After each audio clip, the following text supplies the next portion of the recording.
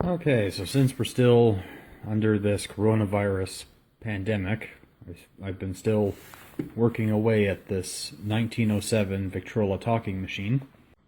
I paid 40 bucks for this machine, did not work when I bought it, and it still doesn't work, but we're making progress. I was able to disassemble the spring barrel, and unfortunately the spring has completely been obliterated, and somebody tried to repair it by welding it together. And the one thing you should never do when working with record players, especially spring-driven ones, or anything that is powered by a spring, is you're not supposed to weld it. They don't call it spring steel for nothing. Unfortunately, when you heat springed metal, it causes it to get brittle and then it cracks. So the guy or girl or whoever repaired this the last time decided, okay, well, we'll just punch a rivet through it. Well, unfortunately, you don't put a rivet in the area of the steel that's been compromised. This is all compromised. Like, this will crack as soon as I bend it. They should have put a rivet right in the clean spot. It looks like that they've also added more rivets where there shouldn't be rivets. So this spring is completely shot. There's no saving it. Another thing that I've been doing is I've been repairing the wooden panel that the motor and everything is mounted to.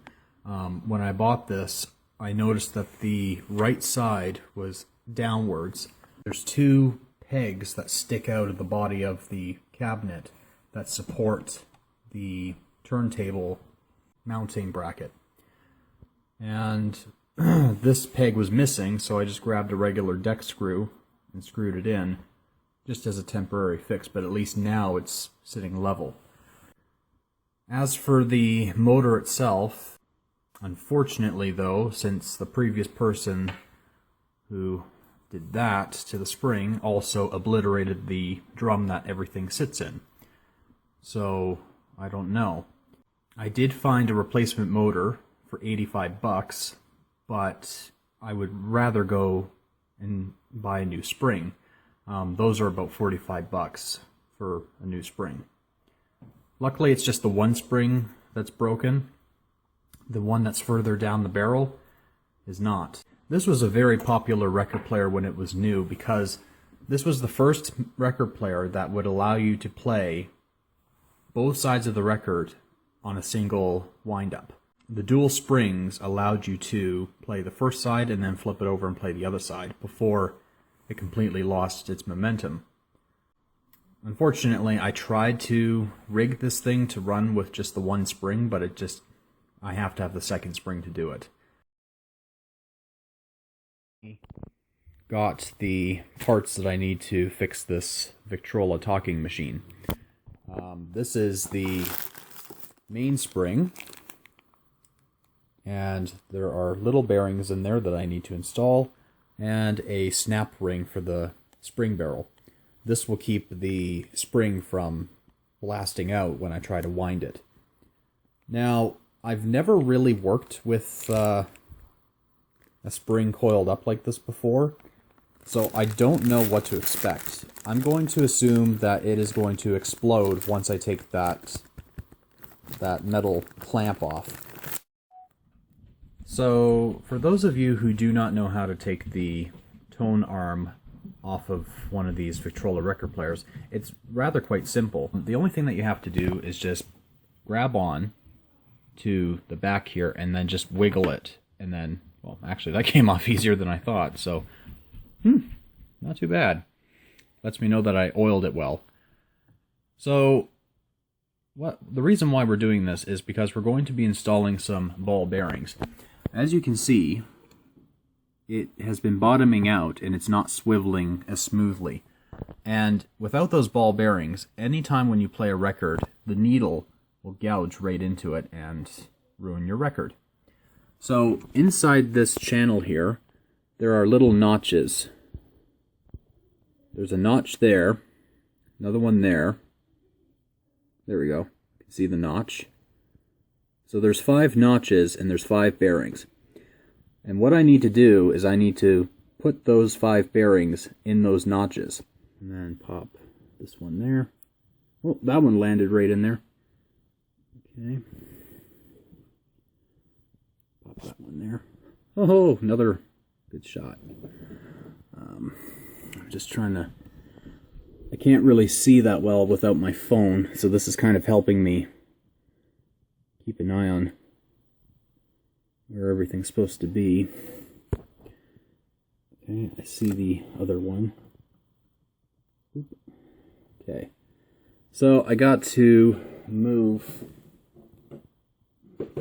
some of these bearings. Okay. Okay. And there we go. So, that should be good.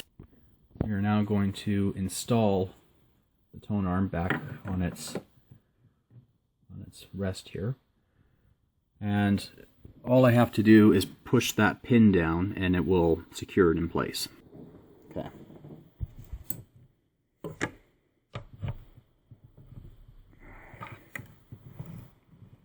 Perfect. So now, with those ball bearings installed, it swivels and it gives it almost a 1 millimeter gap. So it's just floating right above that scratch, and that's exactly what we want. It's hard to believe, just that millimeter difference. And it swivels just perfectly. So good. Put the bearings in. Now all we have to do is get the spring in. So, to do that, we need to get the turntable taken off.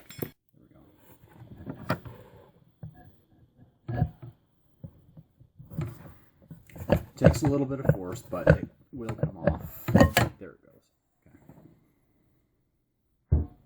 So turntable is removed. Now to remove the sound, or not sound, the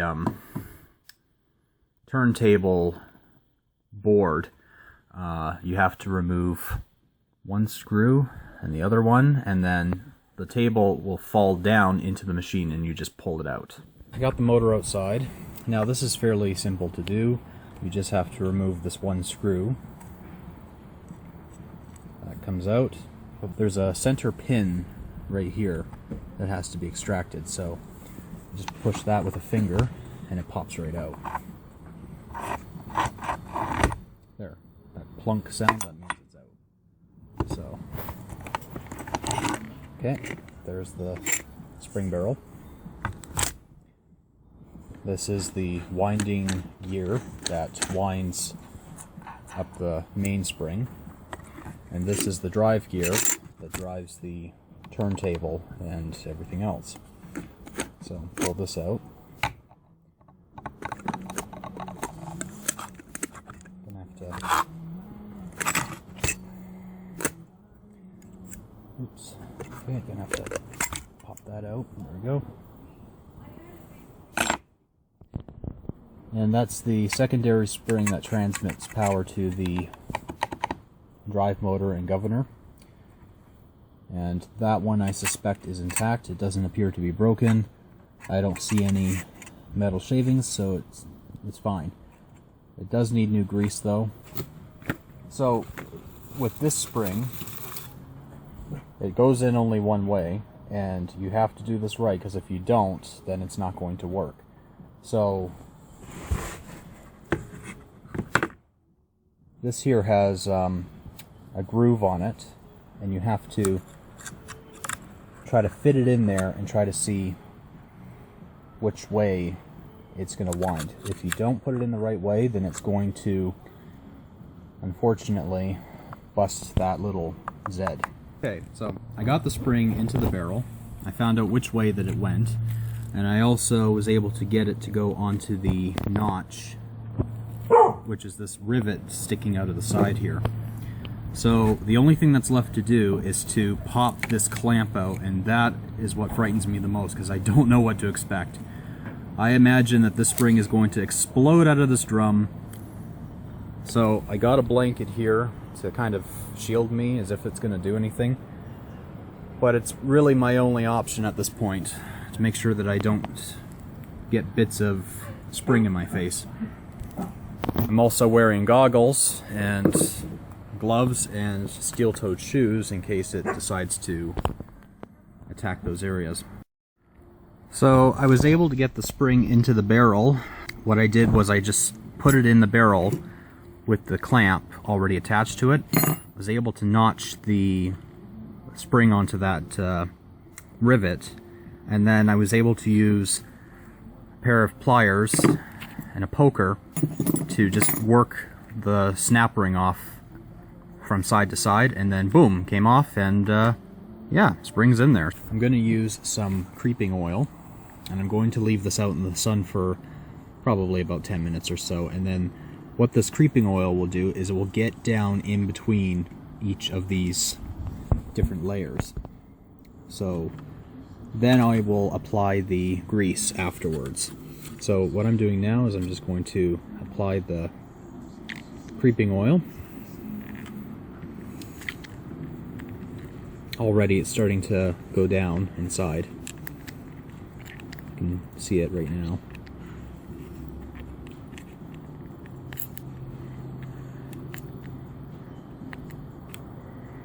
Okay. And want to grease this, or oil this too. I'm now going to grease the motor spindle fittings and all that other happy stuff.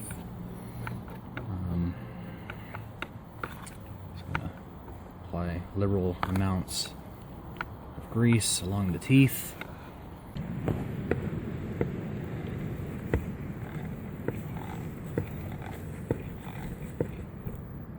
Cool. It's actually, you can see it. It's actually spinning.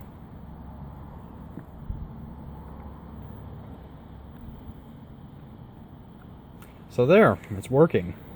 But it's spinning really fast, so